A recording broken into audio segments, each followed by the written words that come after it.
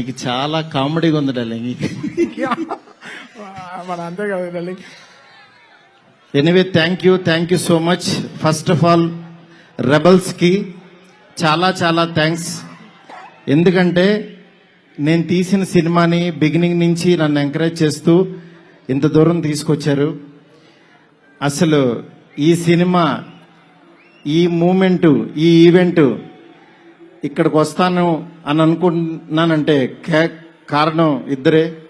ఒకళ్ళు నా king size cutout rebel star, అట్లాగే ఈ సినిమాని మేమెంత ప్రేమించినా సరే వెనకడుగేయకుండా మమ్మల్ని నడిపించిన వ్యక్తి విశ్వాసార్. విశ్వాసార్ మీకు ఎప్పటికీ రుణపడి ఉంటాను సార్. ఎందుకనంటే ఆయన లైఫ్ పెట్టేశారు ఈ సినిమాకి. పీపుల్స్ మీడియా మొత్తం, పీపుల్స్ మీడియా స్టాఫ్ కానీ, పీపుల్స్ మీడియాలో పనిచేసే ప్రతి ఒక్కళ్ళు కానీ, మనం ఈరోజు ఏదో ఇది నేను చెప్తున్నాను, ఒక సాదా సీదా ఒక ఫంక్షన్ కాదు ఇది. దీని వెనక